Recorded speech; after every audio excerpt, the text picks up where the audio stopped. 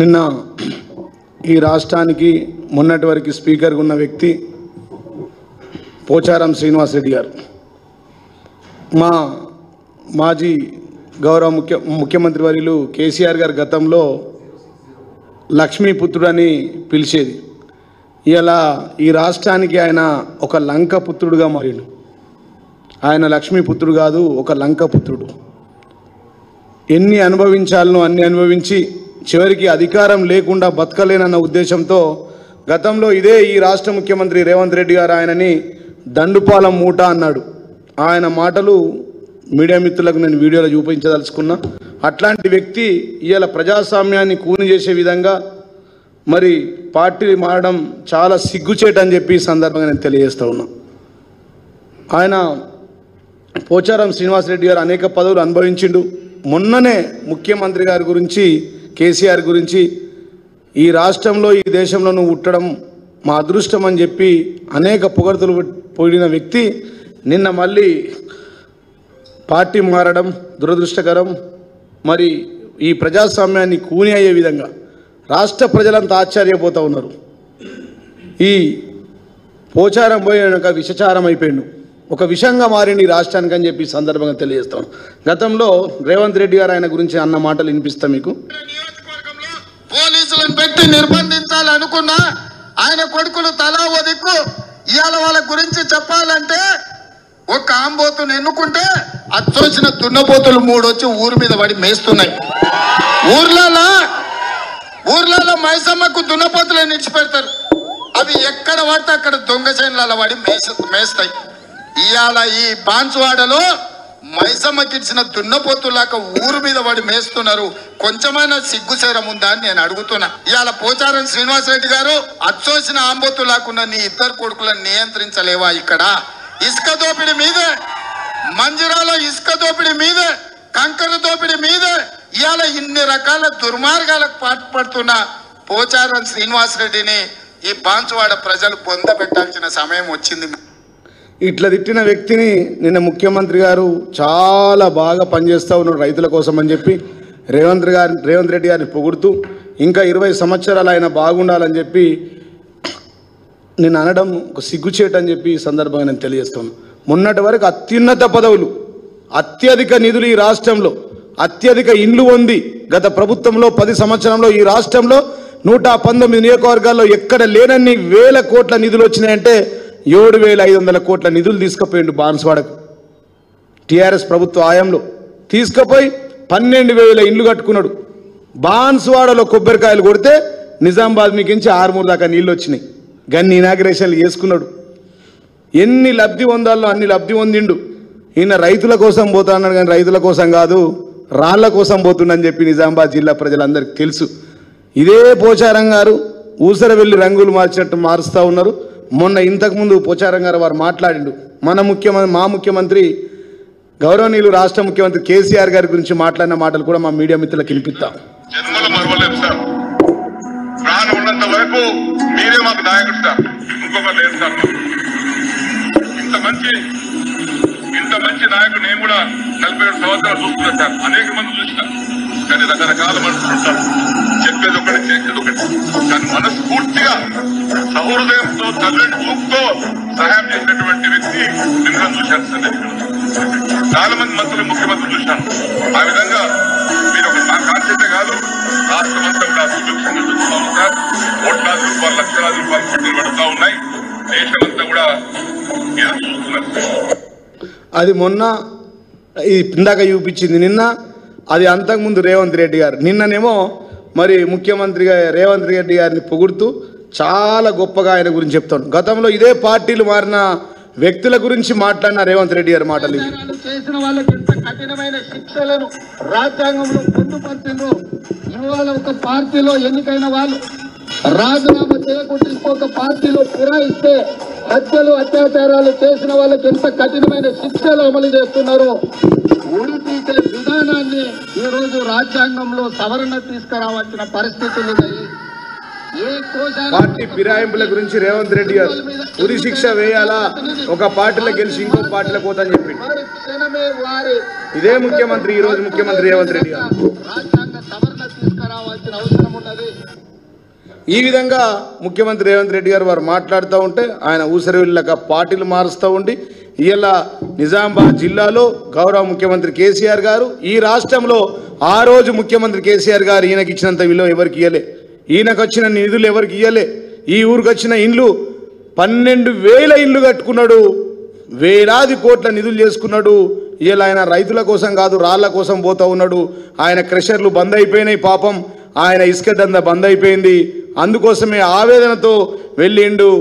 ఆ ముఖ్యమంత్రి కేసీఆర్ లక్ష్మీపుత్రుడు అంటే ఆయన లంకపుత్రుడుగా మారిండని చెప్పి ఈ సందర్భంగా తెలియజేస్తూ ఉన్నాం. చూపులేమో సంసారి మాటలు మాట్లాడతాడు, మాటలు సంసారి, చూపులేమో వ్యభిచారి లెక్క చేస్తూ ఉన్నాడు ఇలా పోచారం గారు అని చెప్పి సందర్భంగా తెలియజేస్తున్నాం. అంత సీనియర్ నాయకుడు, అనేక పదవులు అనుభవించిన వ్యక్తి, జిల్లాలో రాష్ట్రంలో అత్యున్నత పదవి స్పీకర్ పోస్ట్ అనుభవించిన వ్యక్తి, మరి ఇన్నిసార్లు గెలిచిన వ్యక్తి ఈ విధంగా పార్టీ మారడం చాలా సిగ్గుచేటు. ఇది ప్రజాస్వామ్యాన్ని కూని చేయడం అని చెప్పి సందర్భంగా నేను తెలియజేస్తూ ఉన్నా. అందుకోసమే ఆయనని పోచారం కాదు విషచారం అంటున్నాం. ఇవాళ టీఆర్ఎస్ పార్టీ నుంచి ఇవాళ పట్టపగులు మా అందరిని నిడిసబెట్టేసి మొన్నటిదాకా మేమంతా బాపు అని పిలిచేది, ఆ గౌరవాన్ని ఓగొట్టుకున్నాడు మా గణేష్ గుప్తా గారు కానీ మేము కానీ. ఇవాళ ఆయన చూస్తూ ఉంటే తల్లి పాలు దాగి తల్లి రొమ్ము కోసుకున్న వ్యక్తిగా మారిపోయాడు ఈ పోచారం శ్రీనివాసరెడ్డి గారు. అధికారం లేకపోతే బతకలేడా అని చెప్పి ఈ సందర్భంగా వారిని మేము అడుగుతూ ఉన్నాం. అనేక సార్లు ఇంకా అనేక సందర్భాల్లో ఆయన నియోజకవర్గంలో 500 ఎకరాలు ఒక్కరోజు అడిగితే ఇచ్చేసి గుడి కోసం గుడి నిర్మించినటువంటి వ్యక్తి మా ముఖ్యమంత్రి, ఆనాటి ముఖ్యమంత్రి కేసీఆర్ గారు. ఆయన ఏది అడుగుతుంది ఒక్క ప్రాజెక్టు కోసం 500 కోట్ల రూపాయలు ఇచ్చారు, ఒకటే ప్రాజెక్టు కోసం ఆయన నియోజకవర్గంలో.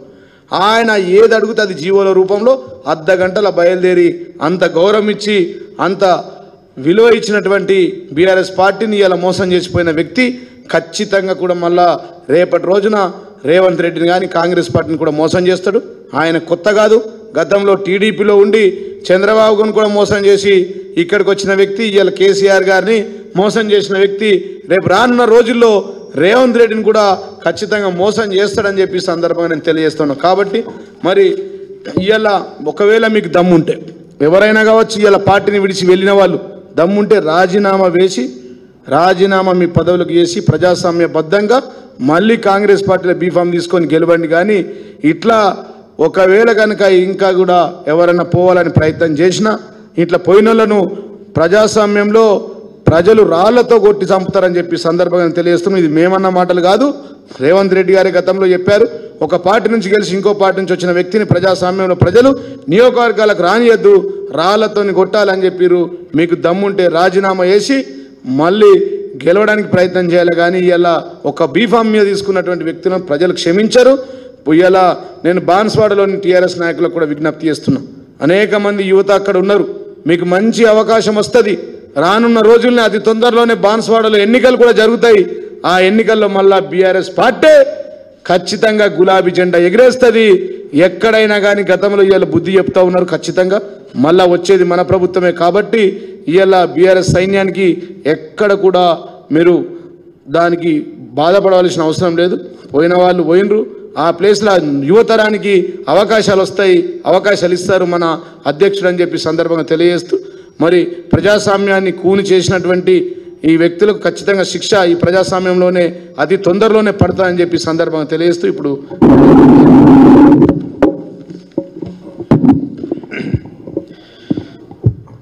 నిజామాబాద్ జిల్లాకు చెందినటువంటి ఉమ్మడి జిల్లాకు నిజామాబాద్ చెందినటువంటి వ్యక్తి పోచారం శ్రీనివాసరెడ్డి గారు తెలుగుదేశం పార్టీలో తన రాజకీయ ప్రస్థానాన్ని మొదలుపెట్టి వివిధ పదవులలో పనిచేసి ఉమ్మడి ఆంధ్రప్రదేశ్ రాష్ట్రానికి మంత్రిగా పనిచేసి ఆనాడు టీఆర్ఎస్ పార్టీలో కలిసినప్పుడు ఒక మాట చెప్పారు ప్రెస్ క్లబ్లో, నేను రాష్ట్ర సాధన కోసం పోరాడుతున్నటువంటి పార్టీ టీఆర్ఎస్ పార్టీ కాబట్టి నేను తెలుగుదేశాన్ని వదిలేసి ఇక్కడికి వస్తున్నా, తల్లిపాలు తాగేవాడైతే టీఆర్ఎస్లోకి రావాలి, డబ్బా పాలు తాగేటోడు తెలుగుదేశంలో ఉండాలనేటటువంటి మాట ఆ రోజు మాట్లాడారు.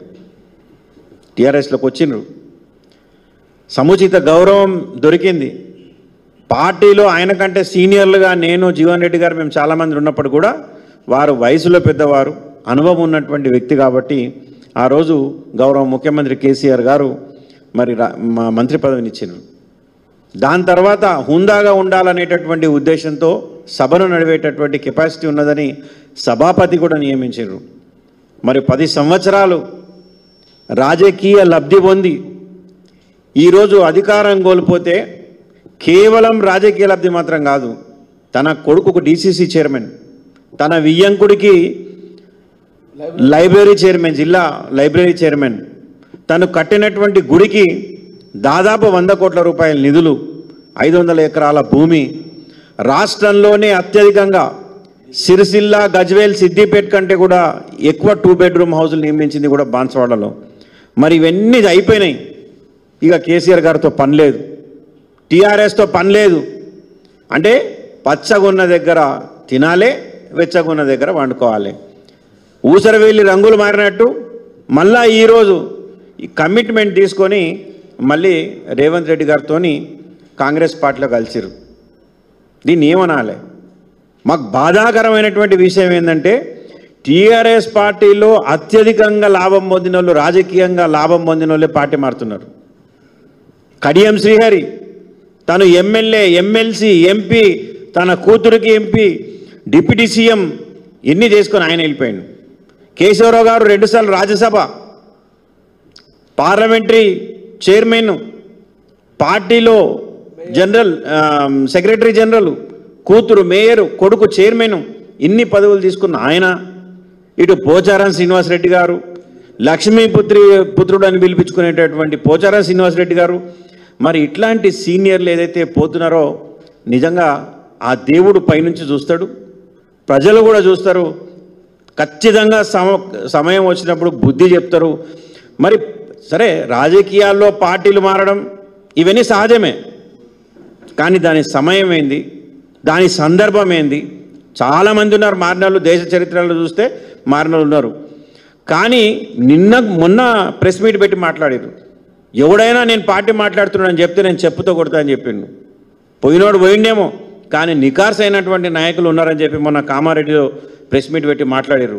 మాట్లాడినప్పుడు నిజంగా మాకు అనిపించింది, అరే ఎవరు పోయినా పర్వాలేదు కానీ పోచారం గారు మాత్రం పోరు, అనవసరంగా స్పెక్యులేషన్స్ వచ్చినాయని చెప్పేసి మేము అనుకున్నాం. కానీ ఇలాంటి నిర్ణయం తీసుకోవడం పట్ల ఇన్ని సంవత్సరాలు చేసినటువంటి వాళ్ళ రాజకీయ జీవితంలో వాళ్ళే బురద చల్లుకున్నట్టు, వాళ్ళ హుందాతనాన్ని వాళ్ళే పోగొట్టుకున్నట్టు, వాళ్ళ మచ్చ వాళ్ళే పెట్టుకున్నట్టు జరుగుతుంది.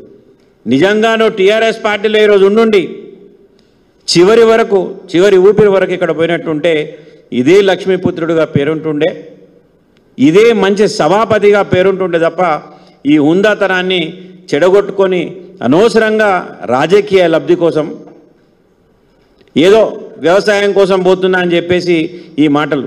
ఎస్, ఆ రోజు టీఆర్ఎస్ పార్టీలోకి వచ్చిన ఉద్యమం కోసం అన్నప్పుడు నమ్మినరు, ప్రజలు నమ్మినరు, ఓటినరు.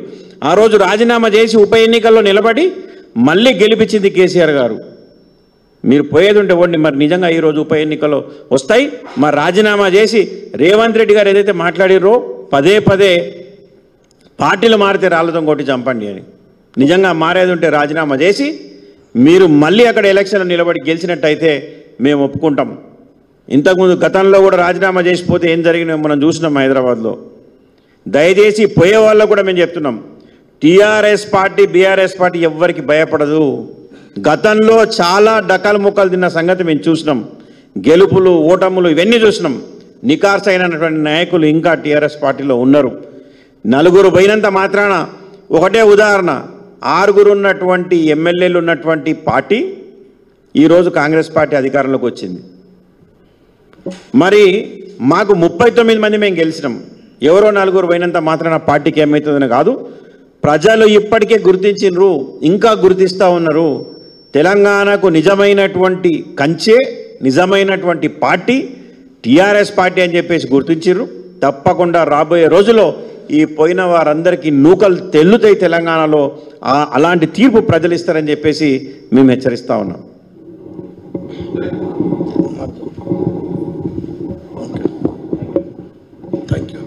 Thank you.